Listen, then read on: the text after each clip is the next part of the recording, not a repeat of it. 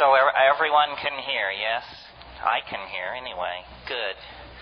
Well, I want to thank Mandala Books, Jan. I want to thank Jay Widener for bringing me back to Seattle, the home of real grunge and real peculiarity. Before I plunge into this, I should tell you, because Harper would like me to, that The Invisible Landscape, after years and years of being out of print, is shipping right now. I don't know if it's in the bookstores, but it's real. And True Hallucinations is going into paper at the same time. So if you couldn't afford the 22, wait for the 12 or the 2012.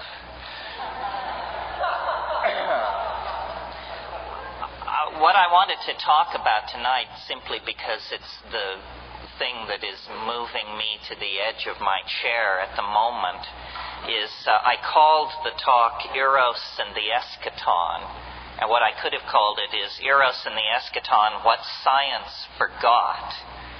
Because somebody asked me recently, is there any permission to hope? More specifically, is there any permission for smart people to hope? I mean, it's easy to hope if you're stupid, but is there any basis for intelligent people to hope?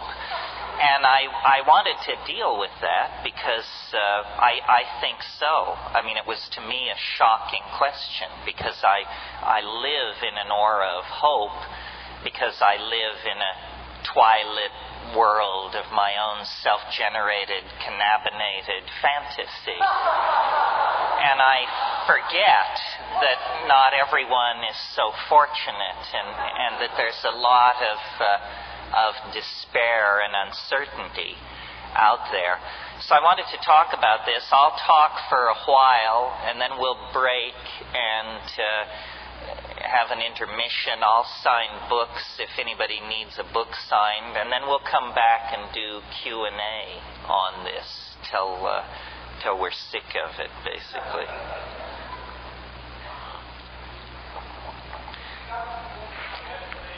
Yeah, and if there's a technician adjusting this, help me out a little bit. Eros and the Eschaton, these are the two areas that I think compromise the old paradigm and give permission to hope. And strangely, neither of these words is that well known, which gives you a measure of how completely the dominator position has squelched, subverted, and downplayed any opposition to its worldview. Eros we know about in some kind of devalued, shticky, kind of glitzy way, because we get it in the eroticization of media and society. But really what Eros means in the Greek sense is a kind of unity of nature, a kind of all-pervasive order that bridges one ontological level to another. This is not permitted in the official worldview of our civilization, which is science. The world of inorganic chemistry is not thought to make any statement about the organic world, and the organic world is not thought to be extrapolatable into the world of culture and thought. There are imagined to be clear breaks in these categories. I had a biologist tell me once, if genes aren't involved, it ain't evolution. So that means you can't talk about the evolution of the earth as a physical body. You can't talk about the evolution of human social institutions. Evolution is somehow a word appropriate to biology and appropriate nowhere else. And this brings me then to the first factor easily discerned by anybody who has their eyes open, that compromises and erodes the hopeless existential view of the world that we're getting from science. And that is the idea that nature is, in fact, across all scales and all levels of phenomena, a unity. It's not a coincidence that electrons spinning around an atomic nucleus and planets going around a star and star clusters orbiting around the gravitational center of a galaxy, it's no coincidence that these systems exhibit the same kind of order on different scales. And yet science would say that is a coincidence. You know, P.W. Bridgman, who was a philosopher of science, defined a coincidence as what you have left over when you apply a bad theory.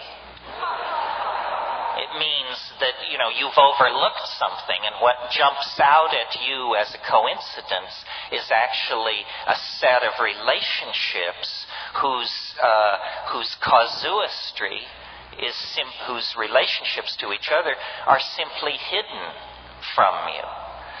And what I've observed, and I think it is fair to give credit to the psychedelic experience for this, what I've observed is that nature builds on previously established levels of complexity.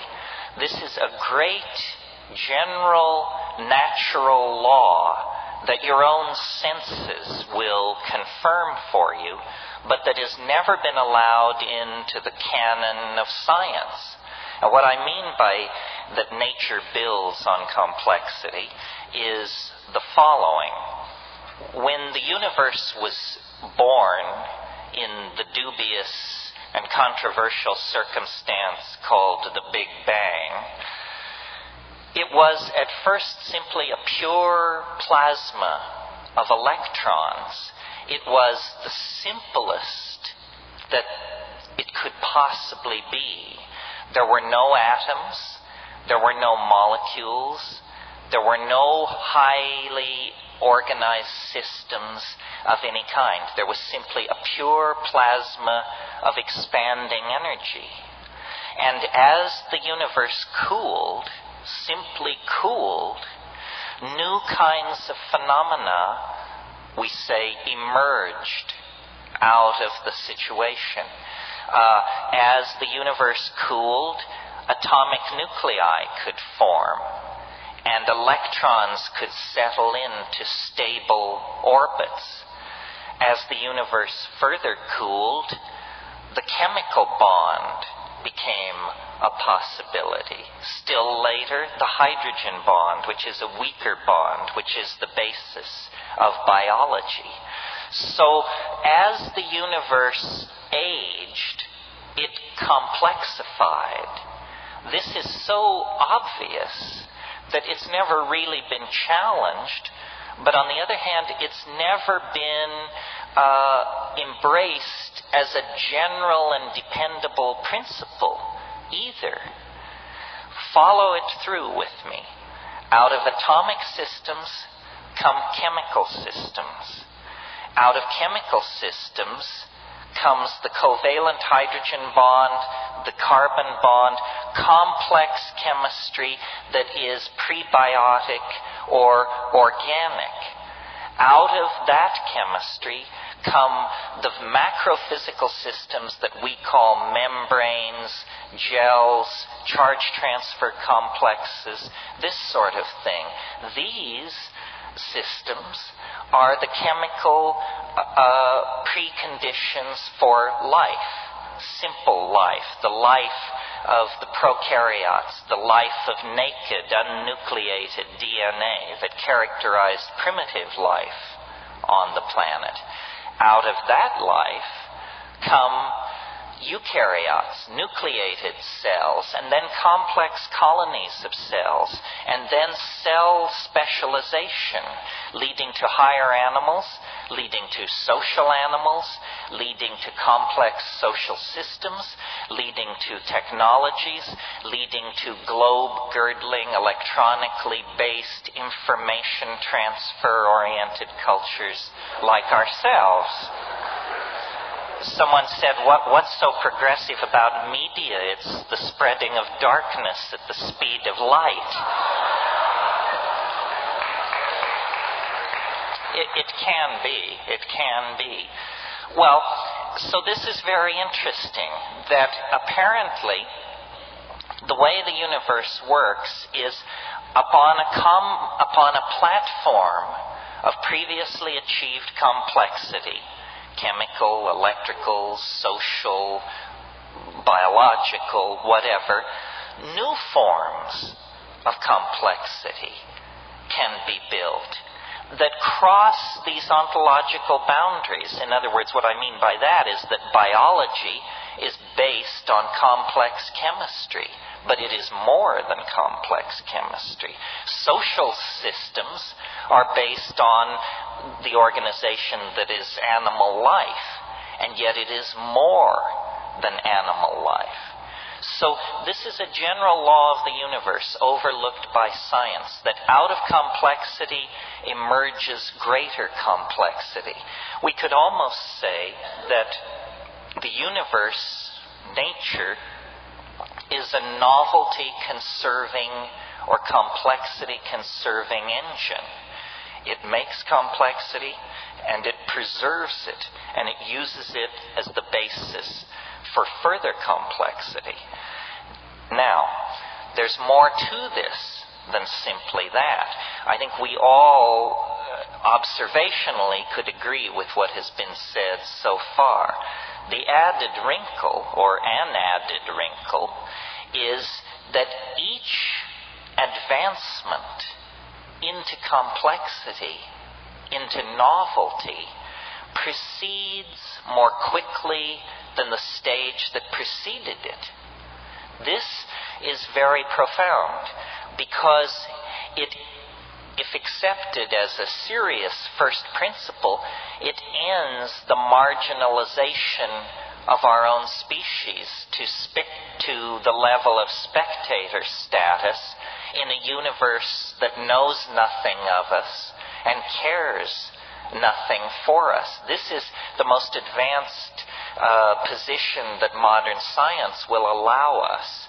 Spectators to a drama we didn't write, shouldn't expect to understand, and cannot influence. But I say, if in fact novelty is the name of the game, if in fact the conservation and complexification of novelty is what the universe is striving for, then suddenly our own human enterprise, previously marginalized, takes on an immense new importance.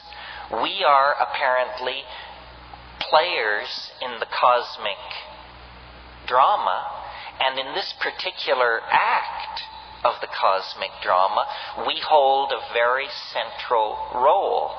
We are at the pinnacle of the expression of complexification in the animal world, and somehow this complexity, which is concentrated in us, has flowed over out of the domain of animal organization and into this mysterious domain which we call culture, language, consciousness, higher values.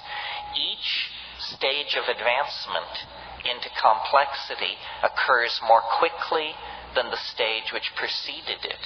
After the initial Big Bang, there was a period of billions of years when the universe cooled, stars condensed, planetary systems formed, and then the quickening process crossed an invisible Rubicon into the domain of animal and biological organization.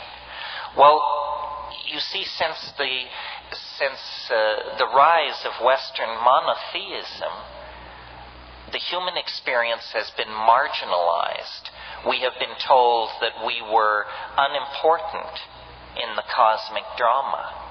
But we now know from the feedback that we're getting from the impact of human culture on the earth that we are a major factor shaping the temperatures of the oceans, the composition of the atmosphere, the general speed and complexity of speciation on the planet, so forth and so on. A single species, ourselves, has broken from the ordinary constraints of animal nature and created a new world, an epigenetic world, meaning a world not based on gene transfer and chemical propagation and preservation of information, but a world based on ideas, on symbols, on technologies, on tools, on ideas downloaded out of the human imagination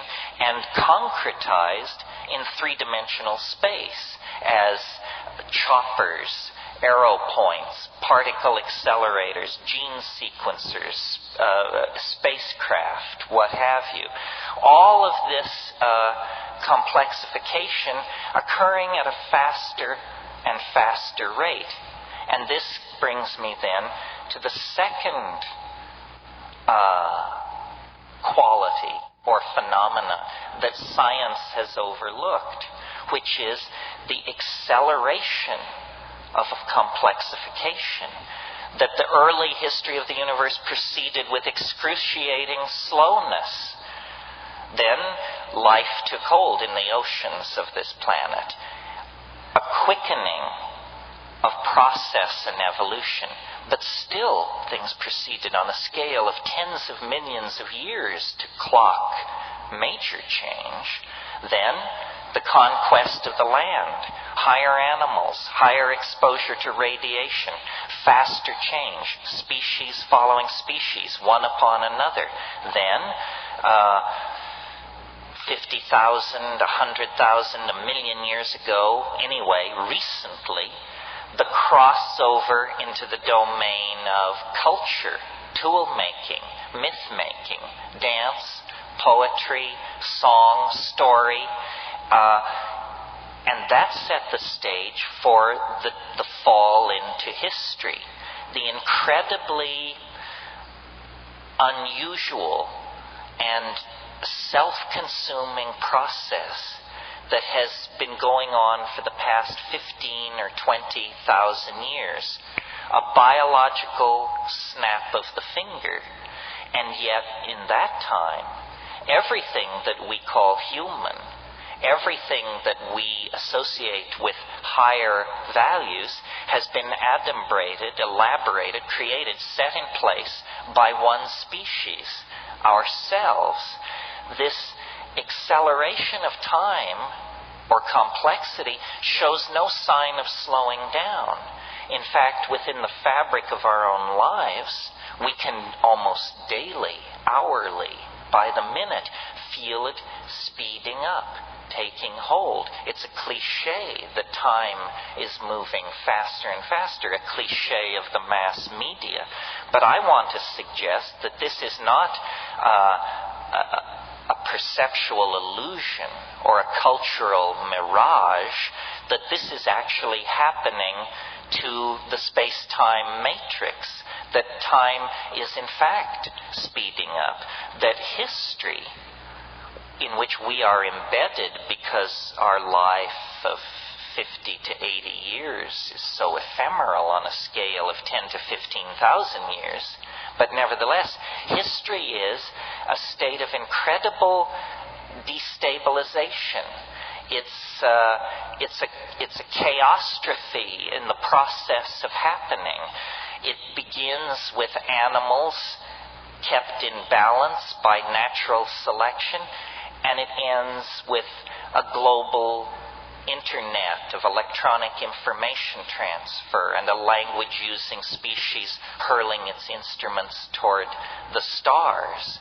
There is no reason for us to suppose that this process of acceleration is ever going to slow down or be deflected. It has been a law of nature from the very beginning of nature, that this acceleration was built in. What poses a problem to us as thinking individuals is that the speed of involution toward concrescence is now so great that we can feel the tug of it within the confines of our own lives.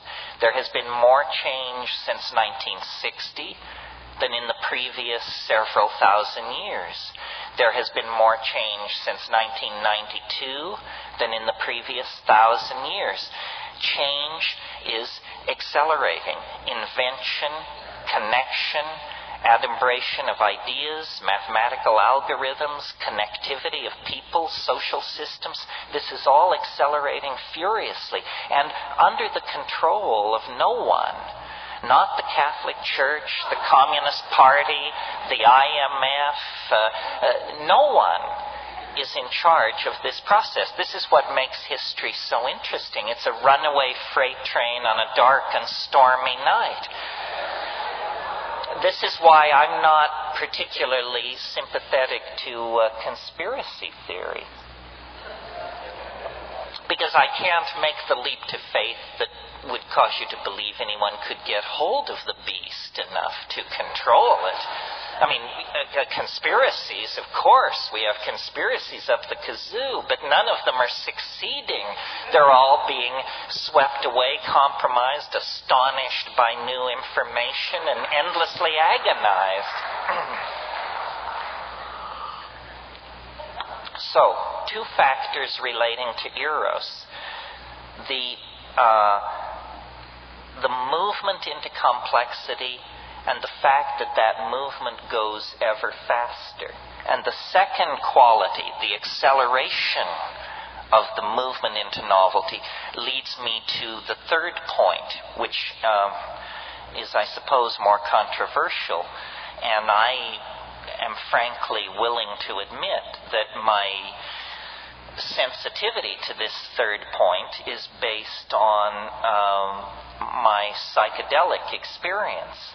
I mean, science is the exploration of the experience of nature without psychedelics.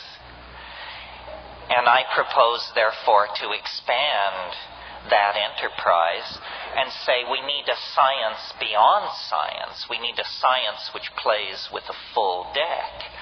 And the reason the psychedelic experience is so important here is not some namby-pamby notion that it expands consciousness or it makes you more perceptive or something like that. I mean, that is all true, but it isn't strongly enough put.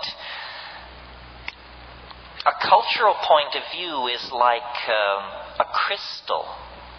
You have an amorphous cultural medium which at certain temperatures will form a crystal of cultural convention, if you will.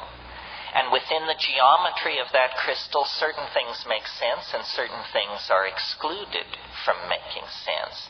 Science is a condensed cultural point of view that is a rigid crystal of interlocking assumptions such as matter is primary, mind is tertiary, causality works from the past into the future, so forth and so on.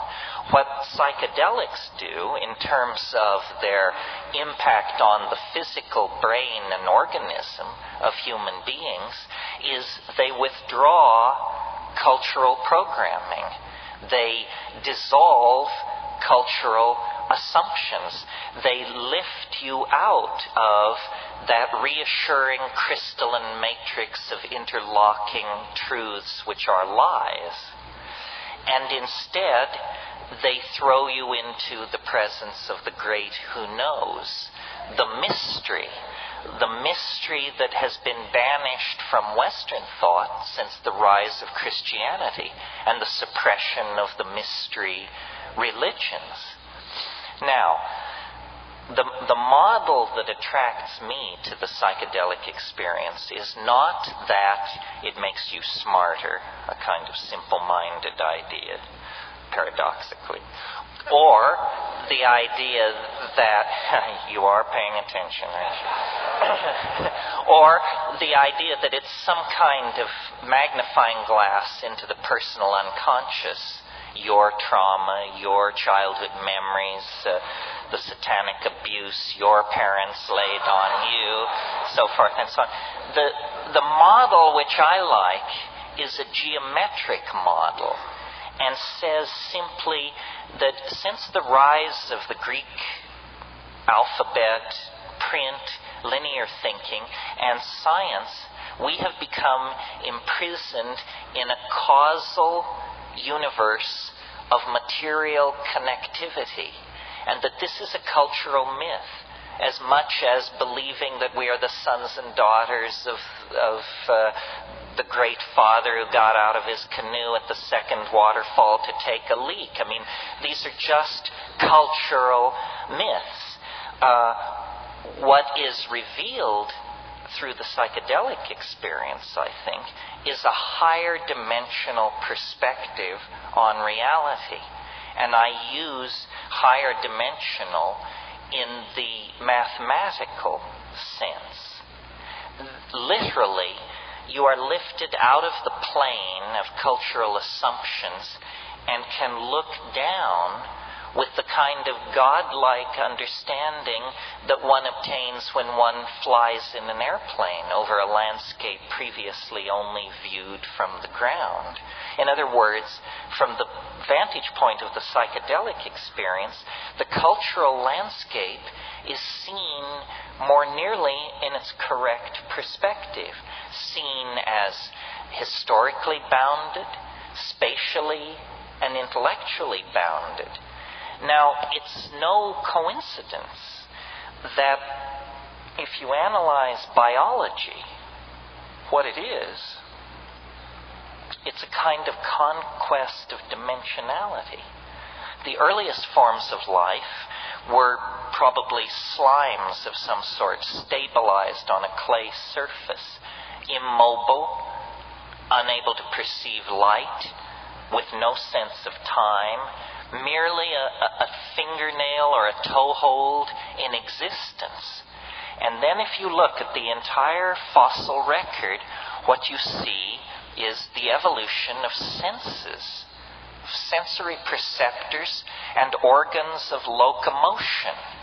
The perceptors, the eye, the hand, bring into the cognitive field the sense of things at a distance.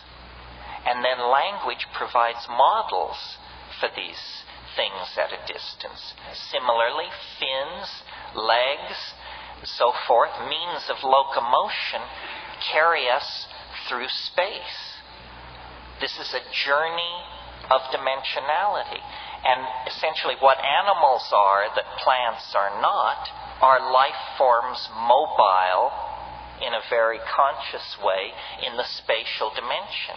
This is why, from the point of view of evolutionary biologists, animals are somehow more advanced than plants. Well, if conquest of dimensionality is the criteria, then notice that we again occupy a special and privileged position in nature, because we can not only run with the best of them, see with the best of them, but we can remember and anticipate like crazy. And other animals are not doing this. Other animals may imprint past situations of danger or opportunity, but they do not analyze experience and extrapolate it toward the hidden domain of the future. And consciousness is the generalized word that we use for this coordination of complex perception to create a world that draws from the past and builds a model of the future, and then suspends the perceiving organism in this magical moment called the now, where the past is coordinated for the purpose of navigating the future. McLuhan called it driving with the rear view mirror, and the only thing good about it is it's better than driving with no mirror at all. All right, now, what this conquest of dimensionality comes to be in the presence of psychedelics is an anticipation of the future. We can anticipate the future. We know within microseconds when the sun will rise. We know within a few percentage points where the prime rate will be in 6 months. Some things we can predict fairly closely, some things with less precision. But the perception of the future is very important to us. When we marry the need to perceive the future with the psychedelic experience, I believe we come up with data that is very, very difficult for science to come to terms with. And this is the third item, or really the second item in the list, what science forgot. It's what I call the eschaton. Now, eschaton is a rare word, until very recently unheard outside schools of theology, which I understand were a dying enterprise. Eschaton comes from the Greek word esk, which just means the end. The eschaton is the last thing, the final thing. And it's very important to science to eliminate from its thinking any suspicion that this eschaton might exist, because if it were to exist, it would impart to reality a purpose, you see. If the eschaton exists, then it's like a goal or an attraction point or an energy sink toward which historical process is being moved. And science is incredibly hostile toward the idea of purpose. If you are not involved in the sciences, this may come as somewhat of a surprise to you. If you are a workbench scientist or a theoretician, you know that this is what's called the problem of teleology. It is because modern science defined itself in the 19th century when the reigning philosophy was deism. And deism was the idea that the universe is a clock made by God, and God wound this clock and has walked away from it, and the clock will eventually run down. That theological construct was poisonous to evolutionary theory in the 19th century. And so they said, we must create a theory of reality that does not require a goal, does not require a purpose. Everything must be pushed from the past. Nothing must be pulled toward the future. The problem with this is that it does not fulfill our intuitions about reality. We can see that evolution, biological evolution, has built on chemical systems. We can see that social and historical systems build on biology. As people with open minds, or as open as they can be inside this culture, we nevertheless have this intuition of purpose. And it is dramatically underscored by the psychedelic experience, which takes the raw material of your life, your culture, your history, and tells you this is not an existential mishmash to be lived out with dignity because there's nothing else to be done with it, some kind of Camusian why not affirmation. It says no. It says, your reality is a coherent cosmos, and embedded in your own sense of identity, embedded in your own sense of purpose, is a microscopic reflection of the larger purpose that is built into the universe. Now, this is not just, blowing smoke in the sense of it's a nice idea, or it's like a religious idea, like saying Jesus loves you and so feel all right about yourself. It isn't like that. It's a theory about reality that has teeth, because reality is actually following the script that this particular version of reality dictates. Reality is accelerating toward an unimaginable omega point. We are the inheritors of immense momentum in our social systems, our philosophical and scientific and technological approaches to the world. Because we're driving the historical vehicle with a rear-view mirror, it appears to us that we're headed straight into a brick wall at 1,000 miles an hour. It appears that we are destroying the earth, polluting the atmosphere, wrecking the oceans, dehumanizing ourselves, robbing our children of a future, so forth and so on. I believe what is in fact going on is that we are burning our bridges, one by one. We're burning our bridges to the past. We cannot go back to the mushroom-dotted plains of Africa or the canopied rainforests of 5 million years ago. We can't even go back to the era of cayuse and six-shooter of 200 years ago. We have burned our bridges. We are preparing for a kind of cultural forward escape. And this question, is there cause for optimism? The answer is it depends on where you placed your bets. If you placed your bets on male-dominated institutions based on consumer fetishism, propaganda, classism, and materialism, then God help you, you should call your broker.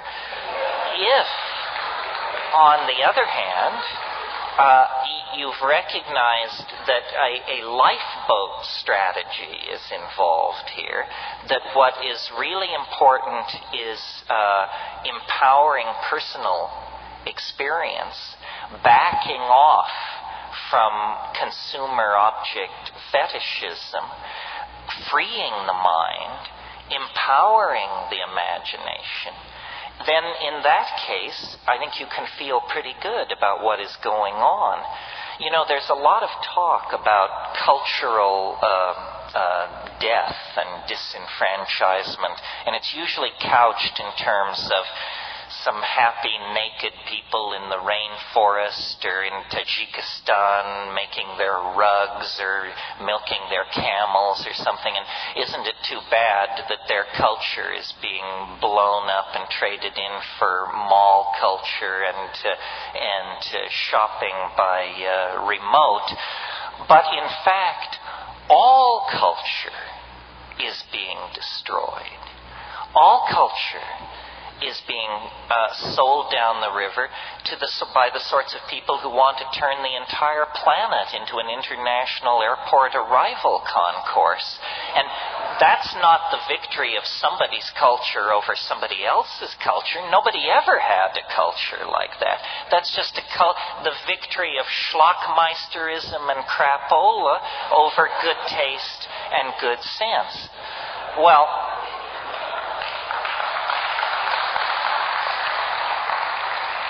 if I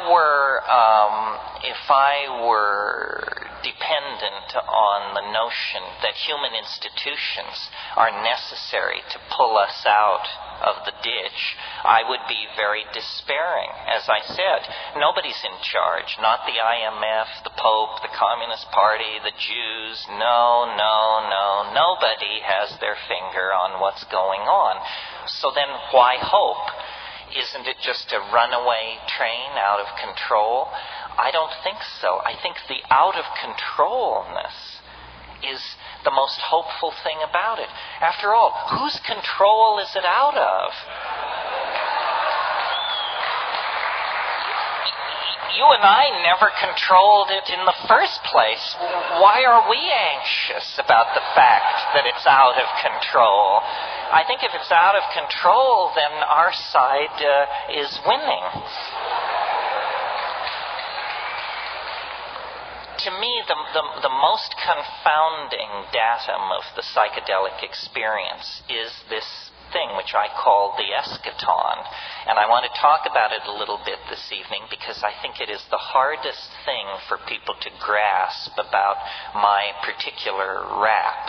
And, sometimes I've talked to many of you about psychedelic plants, shamanism, techniques, chemistry, approaches, so forth and so on.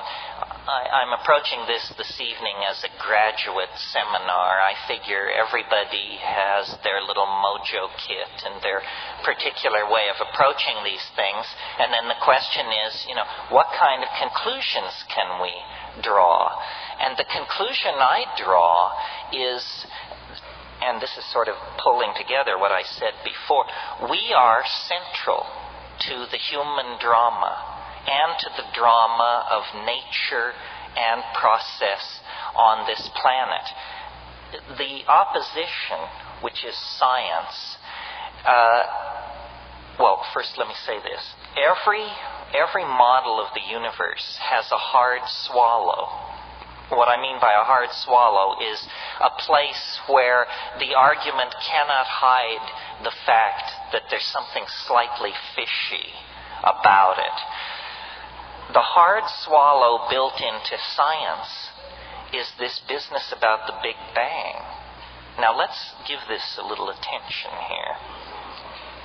This is the notion that the universe, for no reason, sprang from nothing in a single instant. Well, now before we dissect this notice that this is the limit test for credulity. Whether you believe this or not, notice that it is not possible to conceive of something more unlikely or less likely to be believed. I defy anyone. It's just the limit case for unlikelihood that the universe would spring from nothing in a single instant for no reason. If you believe that, my family has a bridge across the Hudson River that will give you a lease option for $5. It makes no sense. It is, in fact, no different than saying, and God said, let there be light. And what the philosophers of science are saying is, give us one free miracle, and we will roll from that point forward, from the birth of time to the crack of doom. Just one free miracle. And then it will all unravel according to natural law and these bizarre equations which nobody can understand but which are so holy in this enterprise. Well, I say then, if science gets one free miracle, then everybody gets one free miracle. And I perceive that it is true when you build these large-scale cosmogonic theories that you have to have a kind of an umbilical cord or a point to start from that is different from all other points in the system. So if we have to have a singularity in our modeling of what reality is, let's make it as modest and as unlikely a singularity as possible. The singularity that arises for no reason in absolutely empty space instantly is the least likely of all singularities. Doesn't it seem more likely, if we have to have a singularity, that it occurs in a domain with a rich history, with many causal streams feeding into the situation that nurtures the complexity? In other words, to put it simply, if you have to have a singularity, doesn't it make more sense to put it at the end of a cosmogonic process than at the beginning? And I think this is the great breakthrough of psychedelics and shamanism, that science got it absolutely wrong. The universe didn't begin in a singularity. Who knows how the universe began, or would even presume to judge? But the universe ends in a singularity. It has been growing more singular, more complex, more unique, more novel every passing moment since it burst into existence. And if that's true, then we represent a kind of concrescence of universal intent. We're not mere spectators, or a cosmic accident, or some sideshow, or the Greek chorus to the main event. The human experience is the main event. The coordination of perception, of hope, of dream, of vision that occurs inside the human heart-mind-body interface is the most complex phenomenon in the universe. Now, even the physicalists will agree that the human neocortex represents the most densely ramified matter known to exist in the biological world.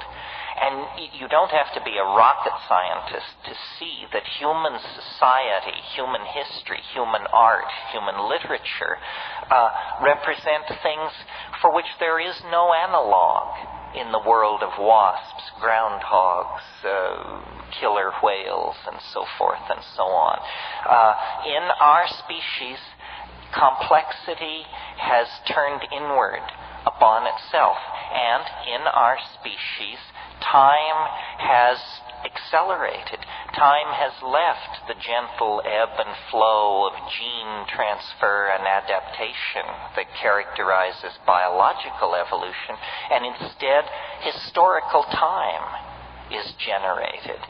And so I believe that science and its reluctance to deal with the psychedelic experience, and the way in which science has used then law to suppress its rival, in this case, arises out of a profound discomfort on the part of science about this future state of complexification that is clearly the grail, the dwell point, the end point of the human historical process. No one of us, I think, can imagine that history could go on for another 1,000 years. I mean, what would it look like? At the current rate of population growth, spread of epidemic disease, rate of invention, connectivity, depletion of resources, the atmosphere, it is impossible to conceive of another 1,000 years of human history. History, then, is ending. History is a kind of gestation process. It's a kind of metamorphosis. It's an episode in the life of a species. If you think of the simple example of metamorphosis, that of caterpillar to butterfly, we all know that there is this intermediate resting stage where the caterpillar is, for all practical purposes, enzymatically dissolved and then reconstituted as an entirely different kind of organism, with different physical structures, different eyes, different legs, a different way of breathing, with wings where no wings were before, with a different kind of feeding apparatus. This is what's happening to us. History is a process of metamorphosis. It's a pupation stage. It begins with naked monkeys, and it ends with a human-machine, planet-girdling interface capable of releasing the energies that light the stars. And it lasts about 15 or 20,000 years, and during that period, the entire process hangs in the balance. It's a period of high risk. It's like what a butterfly is doing in a cocoon, or what is happening to a child in the womb. It's a gestation process where one form of life is being changed into another. Well, this would all happen naturally and with a great deal of anxiety, I imagine, as history builds to its ever more climactic and horrifying crescendo, and we would all be ignorant or very baffled about what's going on, were it not for the institution of psychedelic shamanism. Remember, I said that what is dissolved are the crystalline structures of cultural assumption. Well, one of the strongest symmetries in our cultural crystal is the symmetry that gathers around the concept of past and future. The shaman actually rises into a domain where past and future are different areas on the same topological manifold. This is not a metaphor. It's what's really going on. If you think about shamanism in its classical guise for a moment, it is about predicting weather, predicting game movement, and curing disease. If you had a prescient or extraordinary understanding of the future, each one of us would be able to do these things. Predicting the weather, you just look into next week and there it is. Predicting the movement of games, same deal. Curing the sick actually involves very judicious choice of your patients with a pre-knowledge of who will get well and who will not get well. So it's as though the members of the culture are imprisoned in linear time and the shaman is not. And why not? Because the shaman has perturbed the brain states sanctioned by the culture, sanctioned by its educational processes, its habits, its attitudes. And into that vacuum created by the perturbation of these cultural values rushes the raw, unanalyzed datum of reality. This is what Aldous Huxley called removing the reducing valve of consciousness. And suddenly, culture is seen to be a relative phenomena. The stockbroker, no different from the rainforest shaman, each somewhat similar to the Trobriand Islander or the Eskimo. Culture is simply clothing upon the human experience, but the human organism, outside the confines of culture, in a direct relationship to nature, transcends time and space. This was a fact, I believe, that was known in prehistory, and in fact was the source of Paleolithic values, which were not material, not linear, not surplus-oriented, not class-oriented, not power-oriented, but rather oriented toward a kind of egalitarian partnership in an environment of great material simplicity.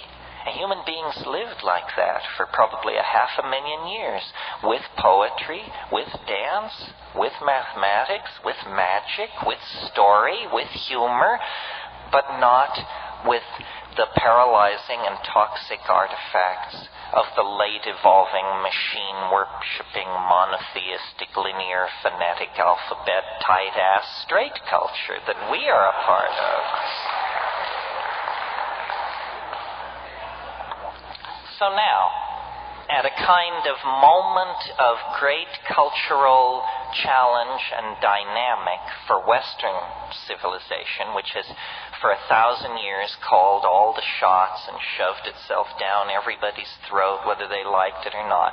In the last 100 years, through the science of anthropology and ethnography and ethnomedicine and botany, the news has arrived that these quote-unquote primitive people are in fact master technicians of journeying into a world of the neurological imagination, a world we didn't even know exists, a world that is as distant to us as the world at the heart of the atom is from the rainforest fisherman.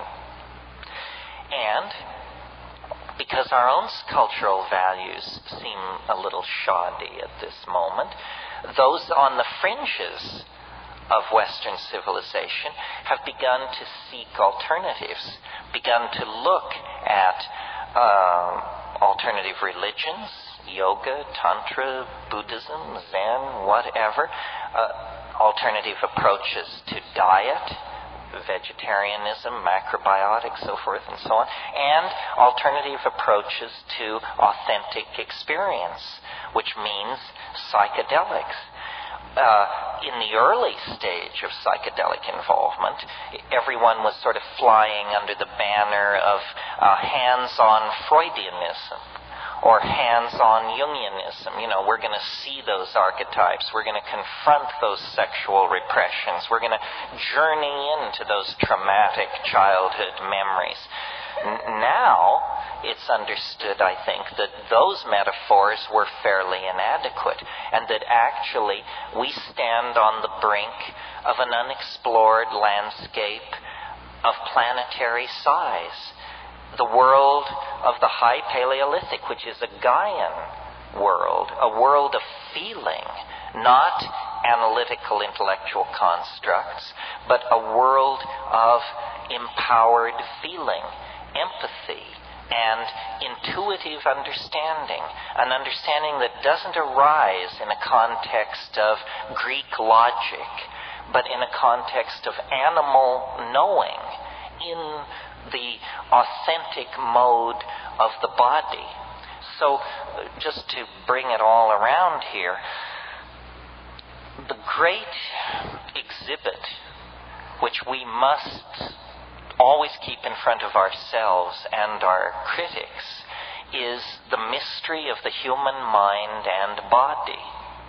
No one knows how it is that I can command my hand to make a fist and that it will do that.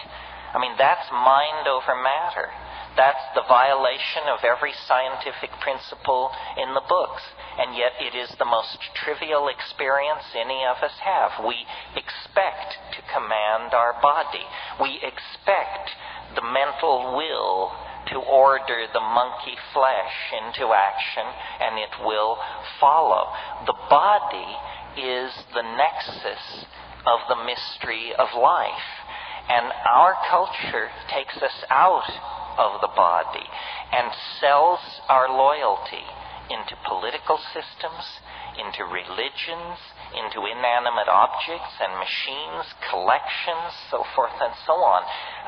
The felt experience of the body is what the psychedelics are handing back to us. That's why it's called escape, because it's escape from HBO, from walking the mall, from seeing what's on the tube, from consuming trash media. It's escape from all of that into the authenticity of the body. This is why sexuality is so edgy in this society. They'd make it illegal if they but could figure out how. It's the one drug they can't tear from our grip, and so they lay a guilt trip about it. But sexuality and psychedelics, by carrying us back to an authentic sense of the body, carry us back to the domain of authentic values. And more, the message that people are getting as they avail themselves of the psychedelic experience is that it is not a journey into the human unconscious or into the ghost bardos of our chaotic civilization. It's a journey into the presence of the Gaian mind, that the earth is a coherent whole. It is a thinking, feeling, intending being, that in terms of our value structures, it would be foolish to image as anything other than female. And when cultural values created by male dominance and science and linearity and so forth and so on, when those values are dissolved, what is waiting there is this incredibly poignant experience of matrix, what James Joyce called the mama matrix most mysterious, nothing more than our bodies and the earth out of which our bodies came. History, as we have lived it in the West, has been a turning of our back on that. And now history has failed. Western cultural institutions, having become global cultural institutions, now show themselves to be adequate to inspire, lead, or carry anyone into a future worth living in. At this moment, then, this reconnecting to the Gaian mind becomes a kind of moral imperative.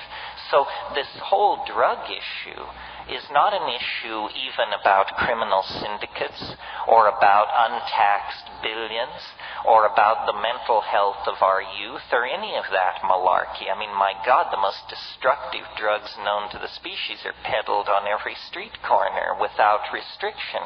The real issue is what kind of mental worlds shall people inhabit? What kinds of hope shall be permitted? What kind of value systems shall be allowed? And the value systems that aggrandize the possession of things, the tearing up of the earth, competition, classism, racism, sexism, have led us to the brink of catastrophe. Now, I think we have to abandon Western cultural values and return to the deeper wisdom of the body in connection with the plants. That's the seamless web that leads us back into the heart of nature. And if we can do this, then this very narrow neck of cultural crisis can be navigated. Very little of the past can be saved. The architectonics, the machines, the systems of monetary exchange and propaganda, the silly religions, the asinine aesthetic canons, very little of that can be saved. But what can be saved is the sense of love and caring and mutuality that we all put into and take from the human enterprise. You know, there's a Grateful Dead song that says, you can't go back and you can't stand still. If the thunder don't get you, then the lightning will. And we now hold, through the possession of these psychedelics, catalysts for the human imagination of sufficient power that if we use them, we can deconstruct the lethal vehicle that is carrying us toward the brink of apocalypse. We can deconstruct that vehicle and redesign it into a kind of starship that would carry us and our children out into the broad, starry galaxy we know to be waiting us. But it's a cultural test. Nature is pitiless. Intelligence is a grand experiment upon which a great deal has been risked. But if it proves inadequate, nature will cover it over with the same kind of cool impunity that she covered over the dinosaurs and the trilobites and the crossopterygian fishes and all those other folks who came before. So what we must do, I think, is see our future in the imagination, catalyze the imagination, form symbiotic relationships with the plants, affirm archaic values, and spread the good news that what is out of control, what is in fact dying, is a world that had become too top-heavy with its own hubris, too bent by its own false value systems, and too dehumanized to care about what happened to its own children. So I say, good riddance to it. Bring on the archaic revival, and let's create a new world. And that's it. And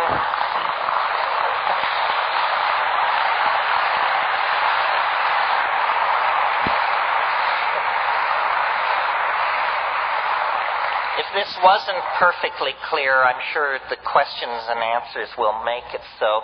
Let's take a half-hour break. I'll sign books if anybody wants me to, and then we'll get together here for the hardcore. Thank you very, very much.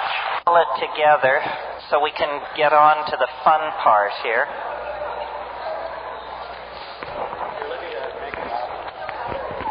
If you want copies of the tape, Todd is out front at that table. You can wander out there during the Q&A. People keep asking about his books. This is the most important one.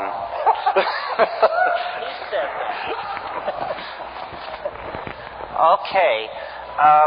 Well, I trust that was all perfectly clear before the break. This is the part I enjoy the most, because I'm not into the white guy at the front of the room with all the answers trip. It's just unfortunate that I have the body I do. I'm actually a lesbian trapped in a man's body, but I've done the very best with that I could, which hasn't been bad, let me tell you. Yes. Wait a minute, wait. You're going to have to yell and then I'll repeat it.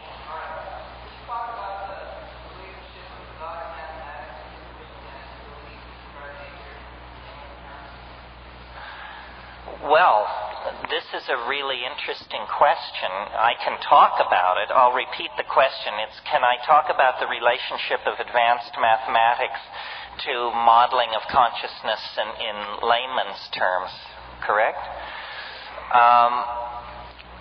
One of the great mysteries still to be addressed by philosophy is, why is it that numbers, which are, after all, constructs of the human mind, why is it that numbers are so incredibly powerful for the description of nature?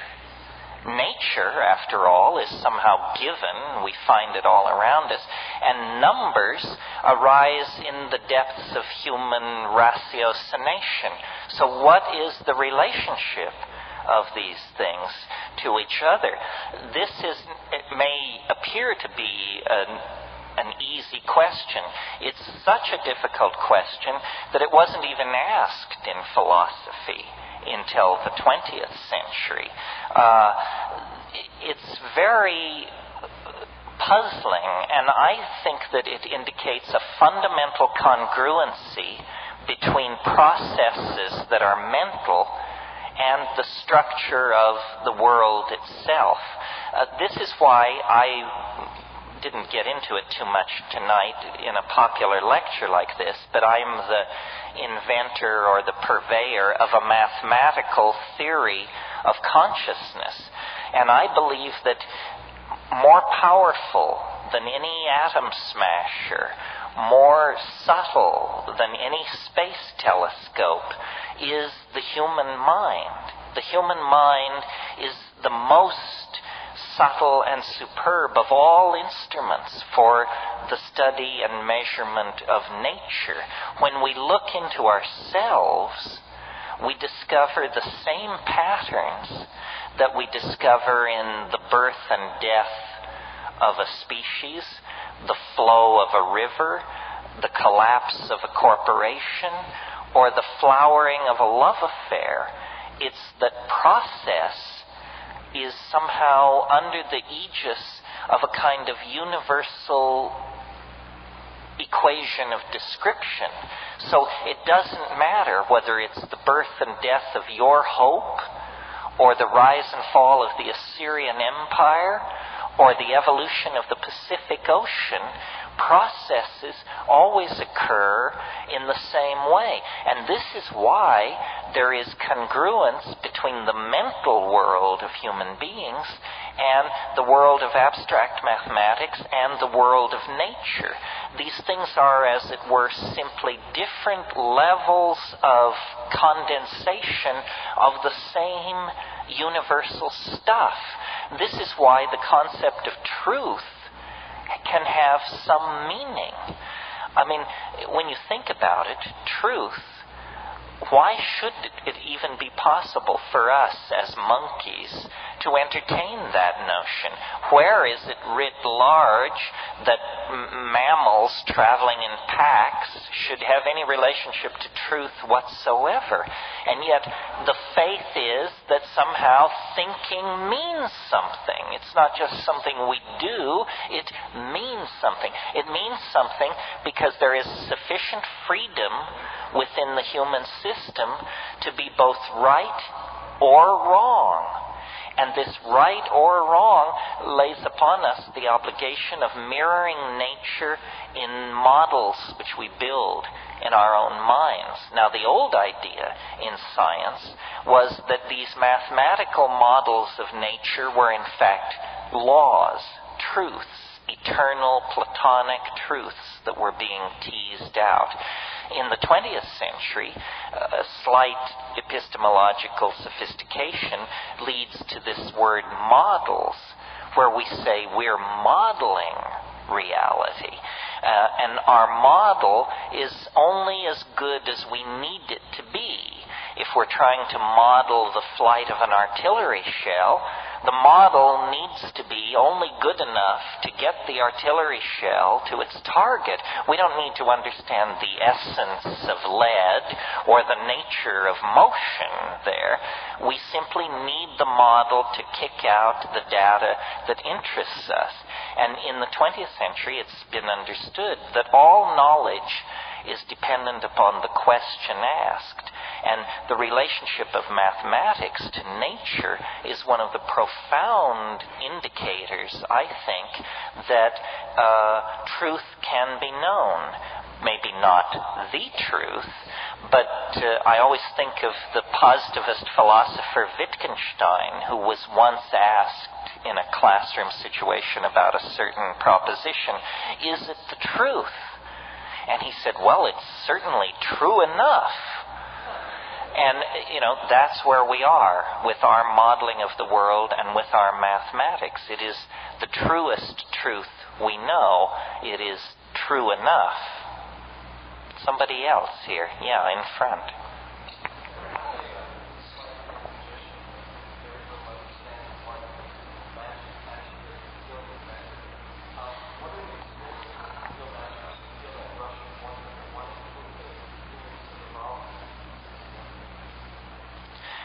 The question is from a stage magician, and the question is, what is the nature of magic, or what is magic, or the wonder that it invokes?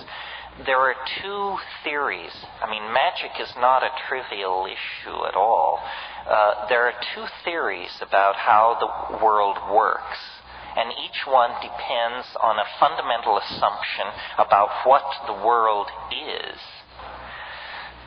There's the scientific theory, which says the world is tiny packets of matter squealing along through empty space at close to the speed of light and subject to a certain set of interlocking laws.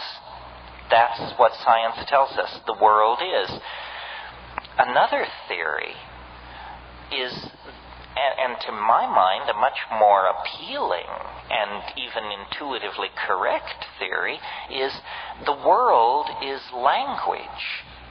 The world is made of language. We can say that the world is composed of little demons doing calisthenics, each one the size of a pissant's eyebrow, or we can say the world is made out of wave mechanical packets of matter flying along at the speed of light. But notice that what we get each time is words. Our model of what the world is made of words, and the world is composed of description. Now, in the era before science, scientists like to say people were more epistemologically naive.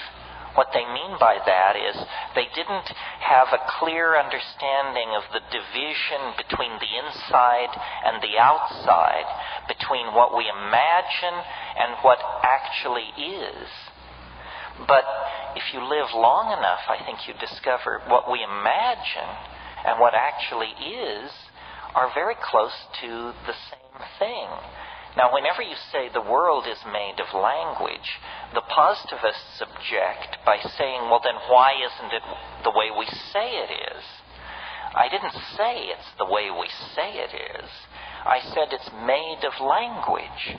And part of the inspiration for my career is the realization that you could get up in front of audiences and say how the world is, and to a small degree, for a limited time, in a limited space, it shimmers and recasts itself and becomes the thing that we say that it is. The mind is somehow a co-creator in the process of reality through acts of language. And language is very, very mysterious. I mean, it is true magic. People run all over the place looking for paranormal abilities. But notice that when I speak, if your internal dictionary matches my internal dictionary, that my thoughts cross through the air as an acoustical pressure wave and are reconstructed inside your cerebral cortex as your thought, your understanding of my words. Telepathy exists. It's just that the carrier wave is small mouth noises.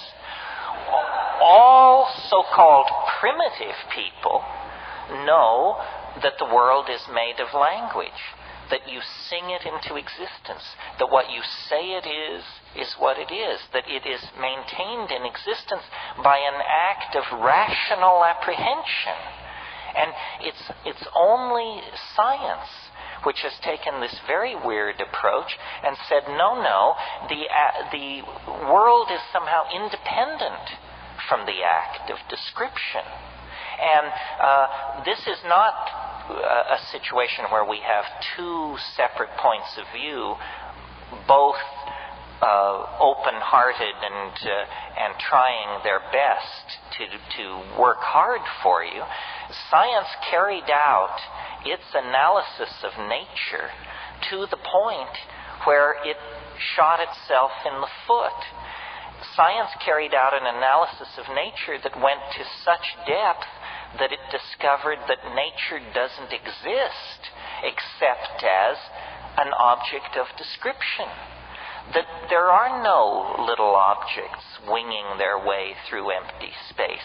There is only a situation describable by multi-leveled fishy formula, and when you drop a mind into that situation, the fishy formula condenses out into a little particle which can be measured.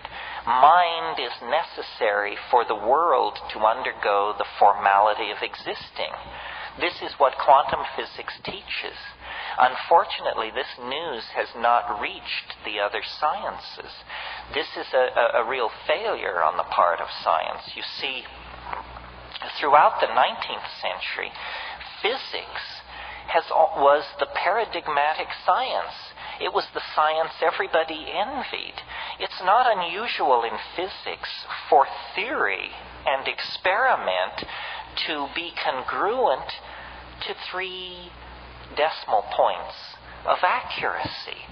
That just causes scientists to go wild. They love that when theory and measurement fall into congruency like that. And so everyone wanted to be like physics. Chemistry sought that, sociology, psychology, biology. Meanwhile, physics, pursuing the exploration of matter, broke through to a domain where matter ceased to be definable, ceased to even exist in any ordinary way, seemed to behave in incredibly strange ways. Time flows backward. Energy crosses barriers without ever going through them, by tunneling through them in some way. Modern biology is still afflicted with physics envy. Meanwhile, physics has gone on to a realm of such exotic and surreal uncertainty that it's, at this point, to the left of psychology in the precision of its metaphors. So science has undercut itself and now exists in a state of unrecognized crisis that hopefully the psychedelic experience will exacerbate to the point where this will arrive on the plate of every experimentalist and observational and observer of nature. Yeah, here.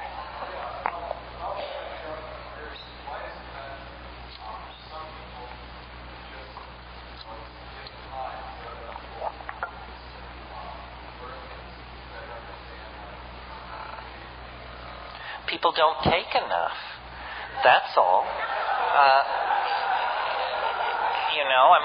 People are confused about what's going on. First of all, taking psychedelics has a certain measure of chicness about it. Well, everybody wants to be chic, and you can get into the club merely by saying you took it.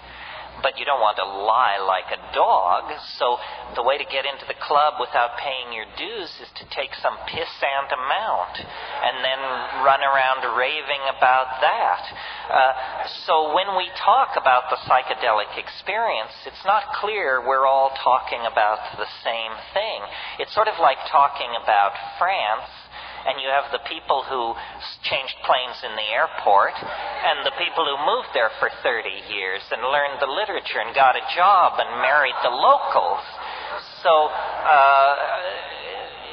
the way to do psychedelics is, I believe, at higher doses than most people are comfortable with, and rarely, and with great attention to set and setting. The social use of psychedelics in the club scene or at rock and roll concerts and so forth, when I go to those kind of scenes, I just smoke pot. I don't, because I want to be part of what's going on, I want to have a good time, but you would be nuts to take a major psychedelic in that circumstance.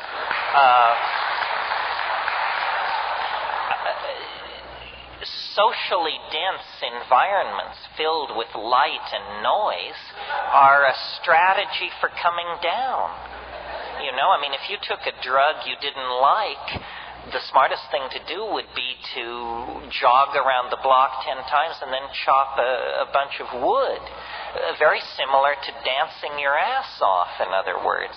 So the way I recommend doing psychedelics is in silent darkness and with as little input from other people as possible. I say alone. If you are experienced, if you're really confident, just alone, for crying out loud. If that gives you pause, and you must have a sitter, and let's use the word sitter, not guide. My God, nobody's guiding you anywhere. They have no more notion where you are than, we know where Judge Carter is at this point. So the sitter, and my idea of the perfect sitter is, you have a little Tibetan bell by your side, and the sitter is 3 rooms away, and if you need the sitter, you ring the bell, they stick their head in the room and say, "It's cool, lay down," and, do that. And as long as this question was brought up and so much of the lecture was somewhat high-toned, let me get into this for a minute. There are thousands of altered states. We know them. Orgasm, indigestion, 2 cappuccinos, but high-toned. Let me get into this for a minute. There are thousands of altered states. We know them. Orgasm, indigestion, 2 cappuccinos, where tequila takes you. So endless altered states. And I'm not really interested in them more or less than any of you are. I mean, they're part of life. But what I'm interested in as an experimentalist, as a connoisseur of nature, somebody who loves fossils, butterflies, rainforests, that kind of thing, is this family of compounds called the indole hallucinogens. Indoles. And they cause hallucination. And some people say, that I'm a fetishist about this, that who cares, or that there are other things besides hallucination. Yes, I know, maybe, and of course, but the reason I'm so fascinated by hallucinations is because, to my mind, when you're hallucinating, you have an absolutely clear proof that you are not generating this material. It's not funny ideas. It's not racing thoughts. It's not insight into what your boyfriend really meant yesterday. That kind of thing we all can generate by just inspecting our own minds. But a hallucination is to be in the presence of that which previously could not be imagined. And if it previously could not be imagined, then there is no grounds for believing that you generated it out of yourself. I mean, we should each know our own inventory. You know what's in your cupboard. You know what's in your chest of drawers. For God's sake, you ought to know what's in your mind. Well, then if something comes forward and you say, that's not mine, that's not in my inventory, then you have a kind of perfect proof that this is coming from somewhere else. And then the question becomes, where? And we can set off into that. Opinions differ, and nobody has God's truth on it. A reductionist, somebody who didn't like these substances, would say, oh, well, it's just neurological chaos. It's just you've interrupted the normal functioning of good brain chemicals, and evil brain chemicals are now giving a sense of a chaos. Well, that just doesn't cut the mustard. I mean, that kind of stuff may work if you're talking to the troops, but not if you're talking to anybody who's ever been there. I know what a neurological chaos would look like. It would look like bright lights, moving patterns, colored this, something that. It would not be ruins, landscapes, machines, paintings, works of art, building plans, weapons, bits of manufactured technological detritus. These things are too coherent.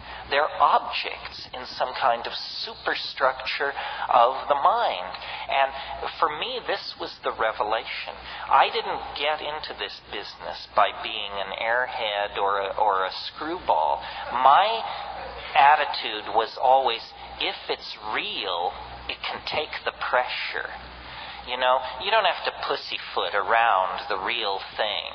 If they're telling you, oh, you must lower your voice and avert your gaze or this and that, then you're probably in the presence of crap. Because the real thing is real. It doesn't demand that you adjust your opinion to suit it. It's real. That means it is preeminent. That means it sets the agenda. And I studied yoga. I wandered around in the East. I was fast shuffled by beady-eyed little men in dhotis. I know the whole spiritual supermarket and rigmarole. And I find nothing there to interest me on the level of 5 grams of psilocybin mushrooms in silent darkness. I mean, that's where the pedal meets the metal. That's where the rubber meets the road. And the inspiration for me to get up and talk to an audience like this simply comes from the fact that I cannot believe that this could be kept under wraps the way it has. I mean, I kidded with you earlier that they would make sex illegal if they could. Well, they can't, so it isn't. But the psychedelic experience is as central to understanding your humanness as having sex, or having a child, or having responsibilities, or having hopes and dreams. And yet it is illegal. We are somehow told we are infantilized. We're told, you can wander around within the sanctioned playpen of ordinary consciousness, and we have some intoxicants over here. If you want to mess yourself up, we've got some scotch here and some tobacco and red meat and some sugar and a little TV and so forth and so on. But these boundary-dissolving hallucinogens that give you a sense of unity with your fellow man and nature are somehow forbidden. This is an outrage. It's a sign of cultural immaturity, and the fact that we tolerate it is a sign that we are living in a society as oppressed as any society in the past.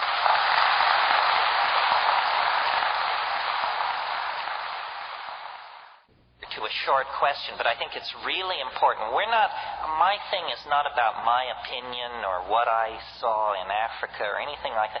This is, get it straight, this is about an experience, not my experience, your experience. It's about an experience which you have, like getting laid or like going to Africa. You must do the experience. Otherwise, it's just whistling past the graveyard. And we're not talking about something like being born again or meeting the flying saucers or something like that where good works and prayer are the method. No, if you take a sufficient dose of an active compound, it will deliver itself to you on the money. If it doesn't work, take more. Nobody is in a position to dismiss this just because it didn't work for them on 1 or 2 tries. This is an art. It's an art. It's something you coax into existence. I mean, you have to learn to make love. You have to learn to speak English.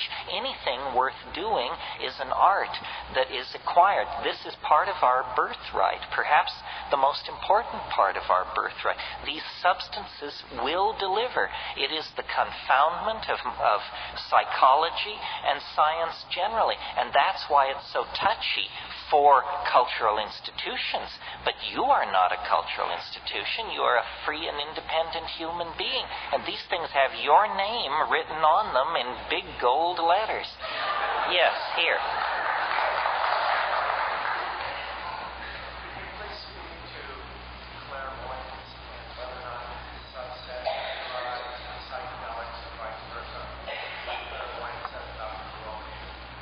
Well, clairvoyance, all forms of paranormal activity, I think, are part of a 5% leakage around normal, culturally sanctioned brain function. If you read Stan Grof's books about LSD, which is one case history after another, virtually every paranormal phenomenon ever cataloged has occurred under the influence of LSD. Seeing things at a distance, recovering past lives where then you could actually check the data and it happened, knowledge of things going on at a distance. I think that we are caged by our cultural programming and that this is the most powerful imprisoning factor in our lives. That if we could train ourselves simply to remember our dreams, psychedelics would become obsolete. If we could train ourselves simply to pay attention to our ordinary states of consciousness as we live through our days and nights. Culture is a mass hallucination. And when you step outside the mass hallucination, you see it for what it is worth. Language is partially the key here. We cannot move into a reality that we cannot describe. If we can't describe a world, we can't be there. And so the interesting place to be is at the cutting edge of language. And it's interesting that the legacy of the 1960s is a legacy of language evolution. I mean, concepts like ego trip, vibe, bummer, so forth and so on. I mean, we sneer at these concepts, but there was no word for these things before. Once there is a word, then that word is like a stepping stone out into the fog. And as long as we let the establishment set the language agenda, we will be imprisoned in the tiny, rather pedestrian world of consumerism and schlocko values that the establishment has prepared for us. So the way I think of these psychedelics, or a different way, is that they're catalysts for the imagination. Catalysts to say what has never been said, to see what has never been seen, to draw, paint, sing, sculpt, dance, and act what has never before been done, to push the envelope of creativity and language. And what's really important is, I call it the felt presence of direct experience, which is a fancy term which just simply means we have to stop consuming our culture. We have to create culture. Don't watch TV. Don't read magazines. Don't even listen to NPR. Create your own road show. The nexus of space and time where you are now is the most immediate sector of your universe. And if you're worrying about Michael Jackson or Bill Clinton or somebody else, then you are disempowered.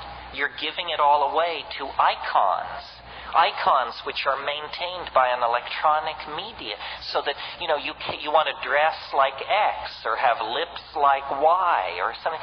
This is shit-brained, this kind of thinking. That is all cultural diversion. And what is real is you and your friends and your associations, your highs, your orgasms, your hopes, your plans, your fears. And we're told, no, we're unimportant, we're peripheral, get a degree, get a job, get a this, get a that, and then you're a player. You don't even want to play in that game. You want to reclaim your mind and get it out of the hands of the cultural engineers who want to turn you into a half-baked moron consuming all this trash that's being manufactured out of the bones of a dying world. Where is that at? Yeah, over here.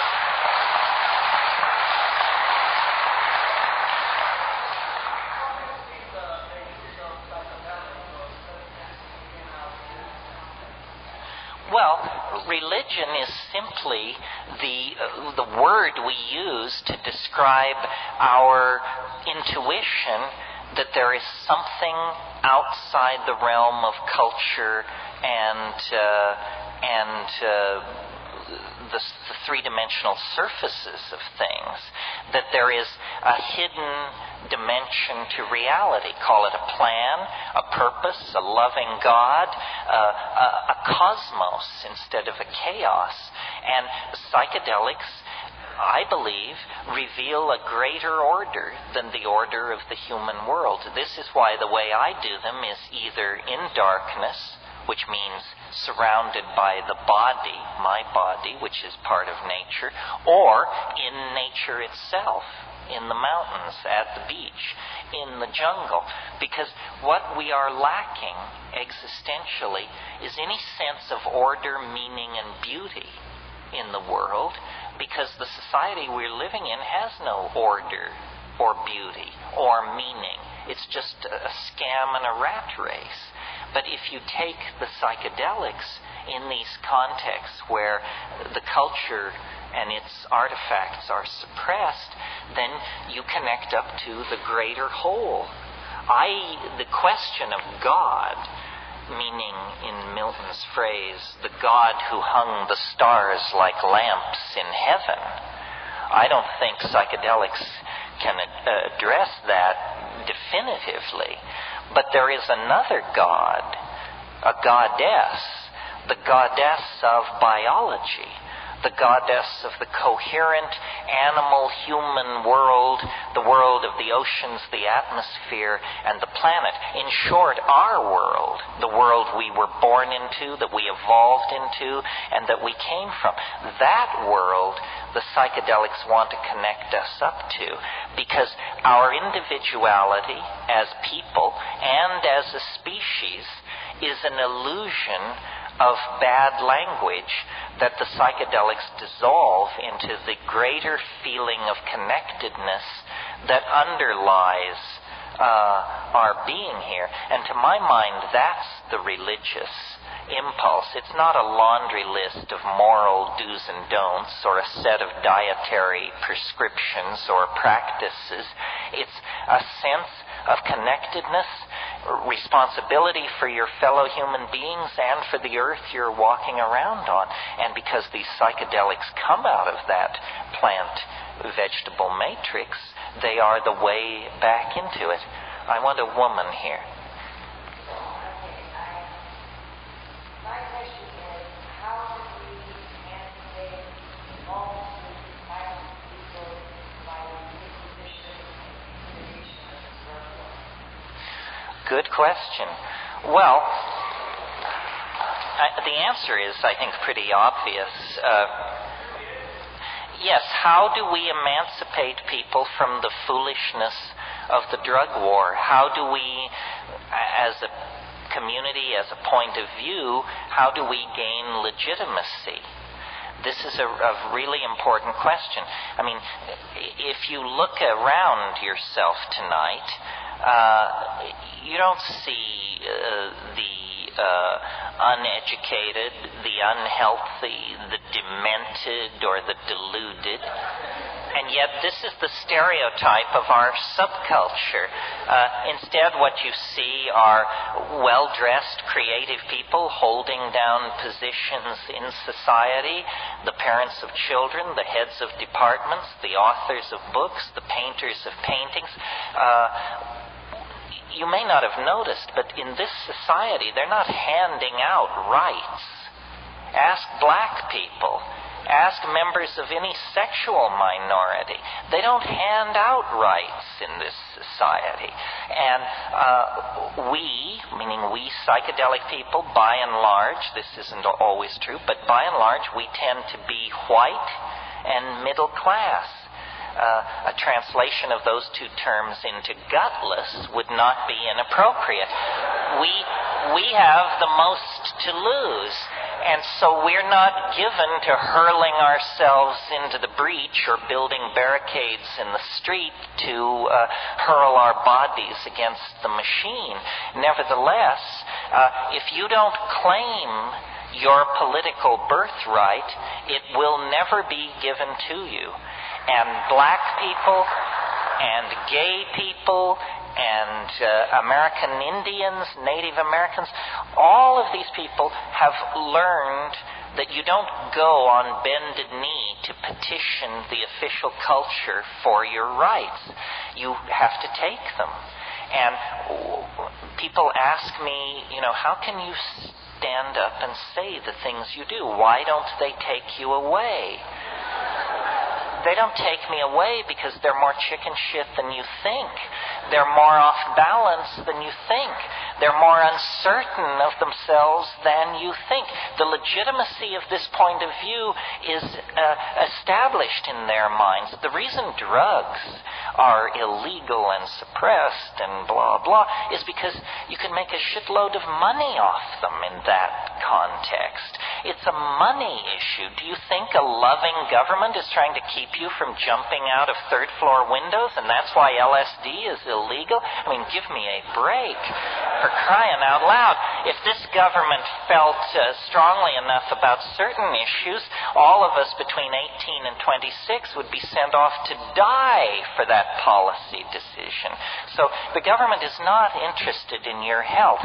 The government is artificially interested in inflating the prices of certain substances in order to create a focus for clandestine money that is used then to destabilize unfriendly governments, murder labor union leaders, kill and blackmail the editors of left-wing newspapers, so forth and so on. Drugs are enormous big business, and not psychedelic drugs. Psychedelic drugs, the only one that ever amounted to anything as a financial enterprise was cannabis. And cannabis is many things besides psychedelic. The deep, dramatic psychedelics, which are all Schedule 1, the most repressed schedule, don't produce great amounts of money at all. What they do produce is questioning minds.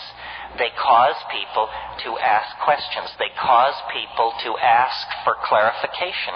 They cause people to challenge cultural values because they decondition you.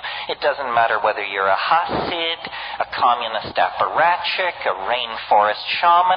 If you take psychedelics, you will question your first premises. And that is a business that all governments, right, left, middle, are in the business of repressing. They don't want to have to explain why things are done as they are. But if we don't begin asking for that explanation, they're going to run this planet right into ruin. And we are the generation responsible. You are the generation that is responsible. You can't claim that you grew up in a village in Nigeria and you didn't know. You can't claim that you're the child of poor Bangladeshi parents and you had no opportunity. The responsibility rests upon the educated and the financially capable of doing something about it. And by that measure, you and I are probably in the upper 3% of people on this planet. And if we don't take responsibility, then that responsibility will devolve to others, beady-eyed others with an agenda that would stand your hair on end. Yes, over here. This will be the last question, so make it hit.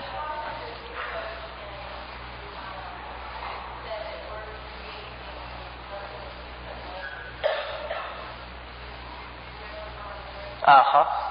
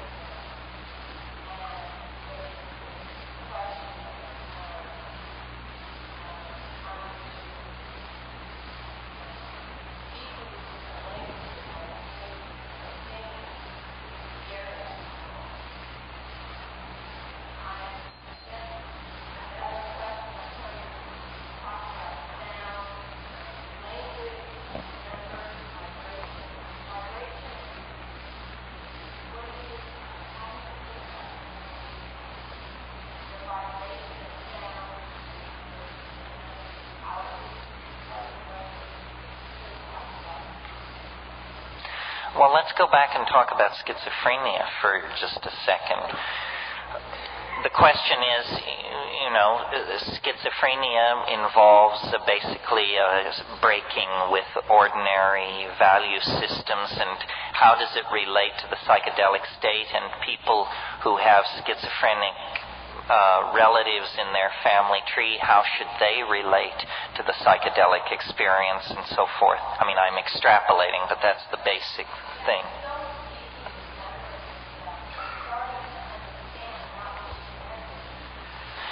Well, there are different things to be said about this. I mean, first of all, how many psychiatric residents, who are the people who come most in contact with schizophrenics, whatever that means, how many psychiatric residents have ever seen an undrugged schizophrenic?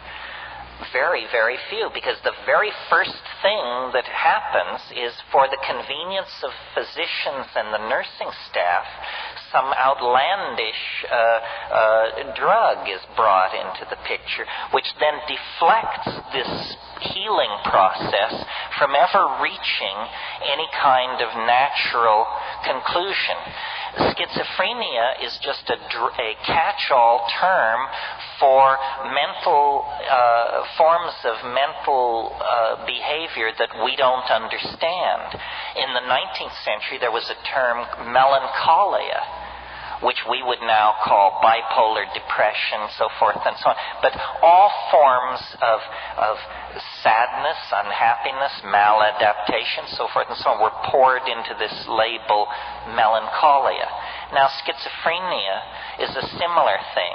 I can remember an experience I had years ago. I was in the Tolman Library at the University of California, which is the psych library, and I was looking up some drug or something, and I just saw a book, and I pulled it off the shelf, a book about schizophrenia, and it said, the typical schizophrenic lives in a world of twilight imagining, marginal to his society, incapable of holding a regular job. These people live on the fringes, content to drift in their own self-created value system. I said, that's it. That's it. Now I understand. We have no tradition of shamanism. We have no tradition of journeying into these mental worlds. We are terrified of madness. We fear it because the Western mind is a house of cards, and the people who built that house of cards know that, and they are terrified of madness. Tim Leary once said, or I gave him credit for saying, he later told me he never said it, but whoever said it, this was a brilliant statement. Someone once said, LSD is a psychedelic substance which occasionally causes psychotic behavior in people who have not taken it. Right?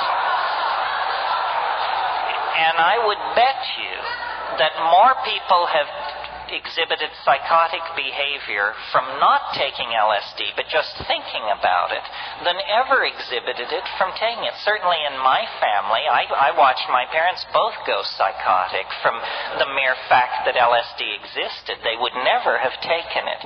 There is a great phobia about the mind. The Western mind is very queasy when first principles are questioned. Rarer than corpses in this society are the untreated mad, because we can't come to terms with that.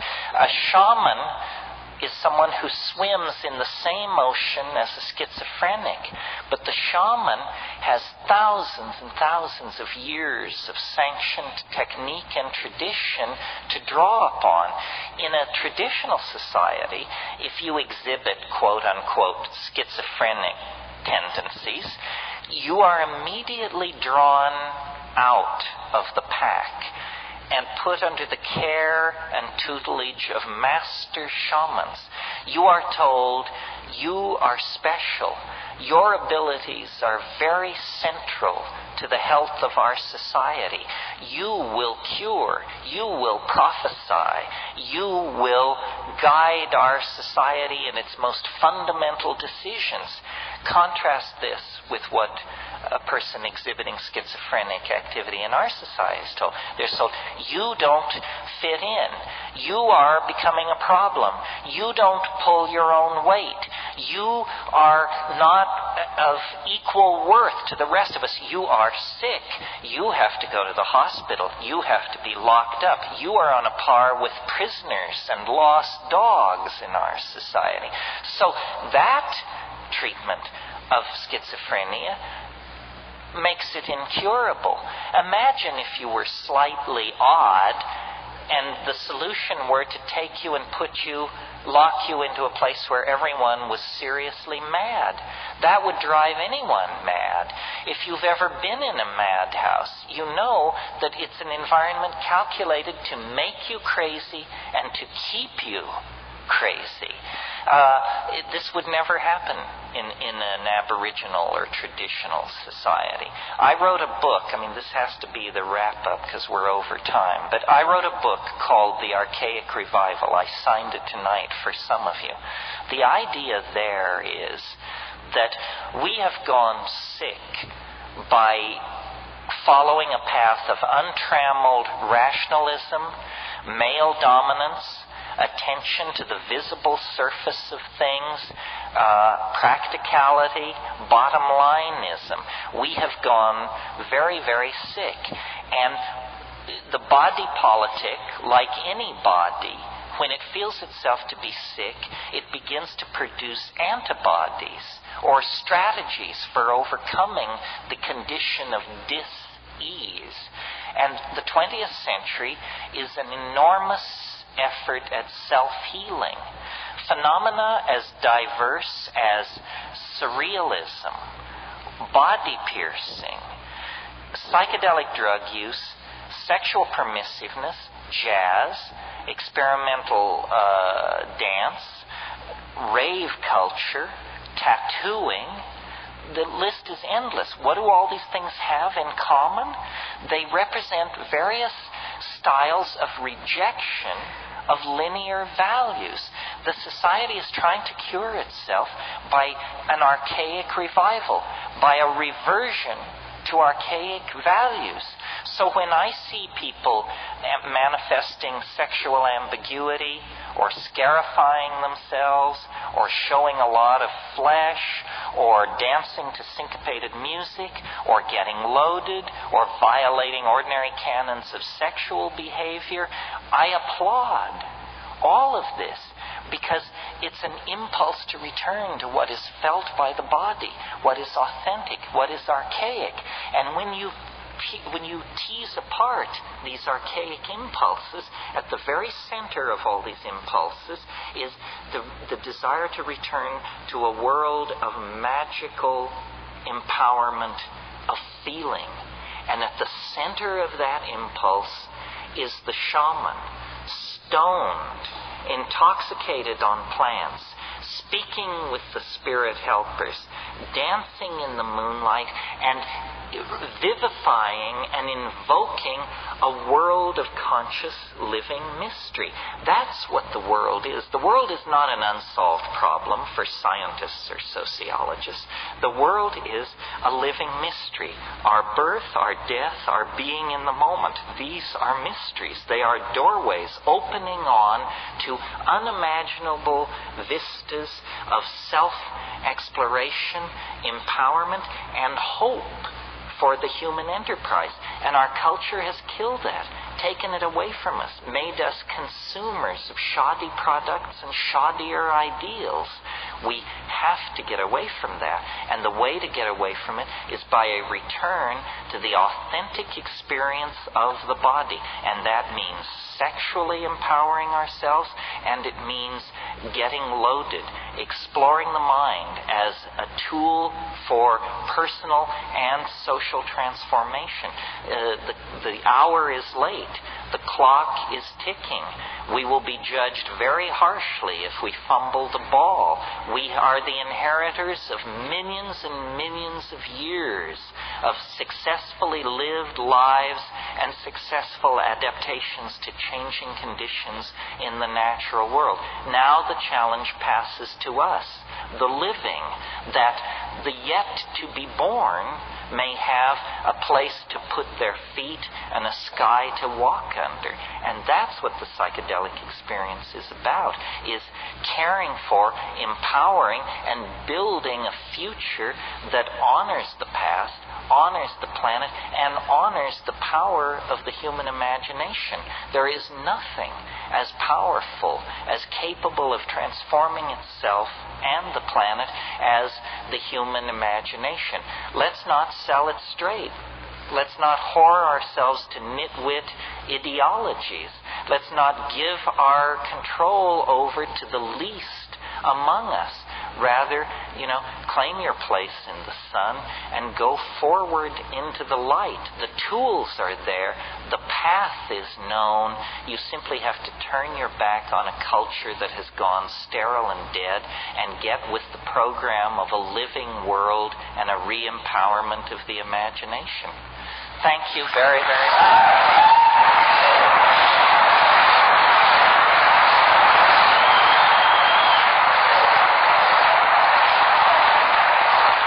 Thank you.